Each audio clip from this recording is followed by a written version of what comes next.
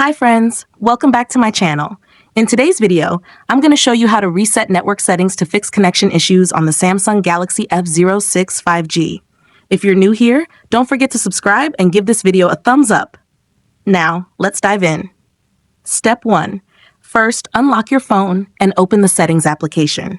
This is where you can find various customization options for your device, including display settings, security settings, one stack, and accessibility features.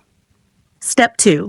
Now, locate the search icon in the top right corner and tap on it. The search feature makes it much easier to find specific options without having to scroll through multiple menus manually. Step 3.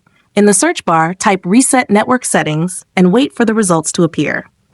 This option helps you fix network-related issues by restoring all Wi-Fi, mobile data, and Bluetooth settings to default. Step 4. After performing the search, find Reset Network Settings and tap on it. Then tap again to enter the Reset Settings menu.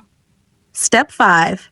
For the last and most important step, Reset Settings, enter your password or PIN, and then confirm by tapping Reset again.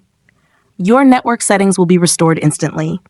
Your Galaxy phone's network settings are now reset, which should help resolve any connection problems you were experiencing.